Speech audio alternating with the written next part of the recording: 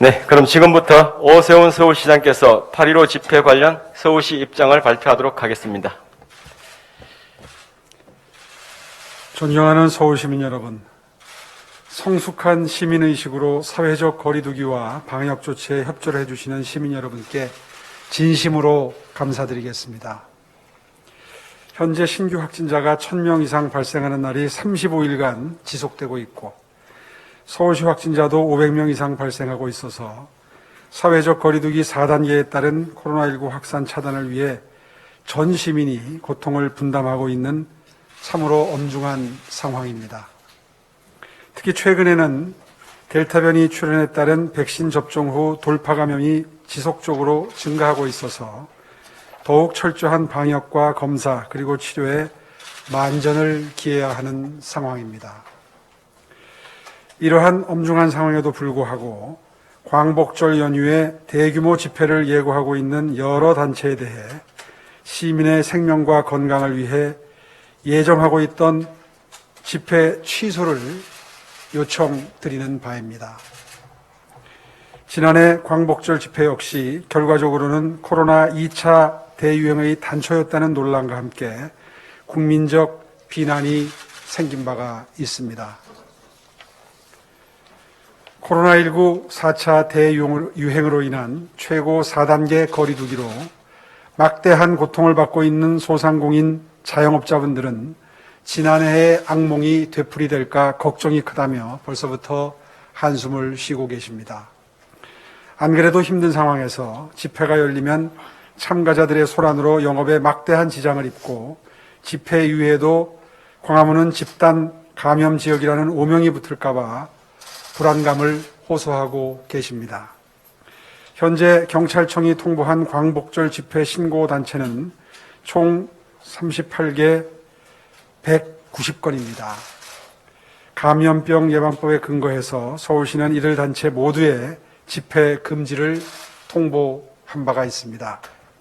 앞으로도 서울시는 추가 집회 신고가 있더라도 즉시 해당 단체의 집회 금지를 통보할 예정이고 불법 집회로 인한 코로나19 확산 차단을 위해 집회 제지와 방역 관리에 만전을 기할 것입니다. 이러한 호소에도 불구하고 불법 집회가 강행된다면 서울시는 불가피하게 주최자와 참여자에 대해서 감염병 예방법 위반을 근거로 고발 조치를 할 수밖에 없습니다.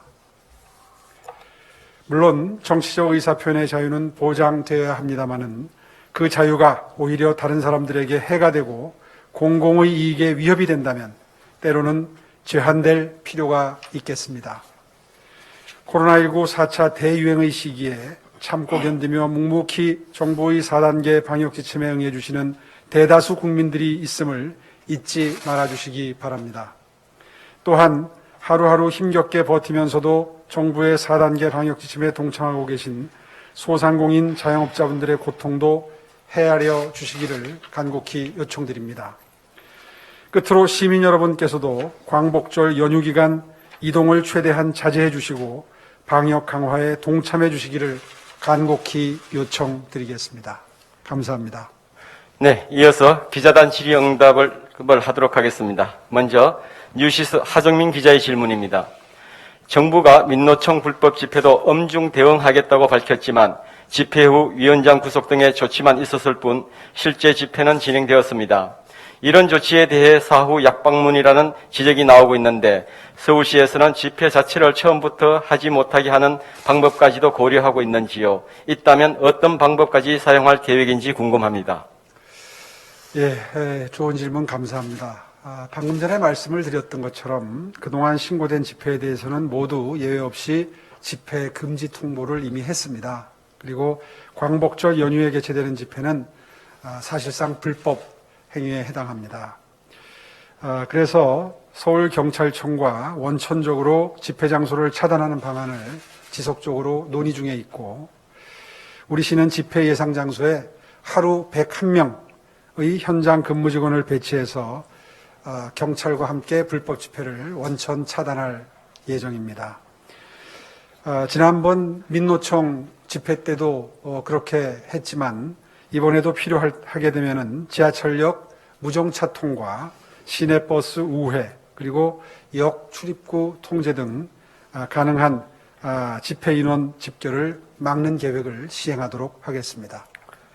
네, 다음은 문화일보 권성현 기자의 질문입니다. 지난 7월 민노총 집회의 경우 신고된 장소와 다른 곳에서 기습적인 집회를 강행했는데요. 이번에도 정광훈 목사의 국민혁명당 등 집회를 강행하겠다는 단체들이 이런 게릴라식 집회를 벌일 경우 어떻게 대처할 생각이신지요? 예, 이번에 집회를 신고한 단체들에 대해서는 지금도 지속적으로 여러 경로를 통해서 집회 자제, 취소를 요청드리고 있습니다. 그럼에도 불구하고 불법 집회를 강행하시게 되면 현장 체증을 통해서 주최자 및 참여자에 대해 감염병 예방법 위반으로 즉시 고발 조치할 예정이고요. 그에 이어서 집회 과정에서 확진자가 만약에 발생하게 되면 손해배상 청구도 하지 않을 수가 없습니다. 이 점 미리 유념하셔서 저희의 요청, 간곡한 요청을 들어주실 것을 부탁드리겠습니다. 네, 감사합니다. 이상으로 발표를 모두 마치도록 하겠습니다. 감사합니다. 감사합니다.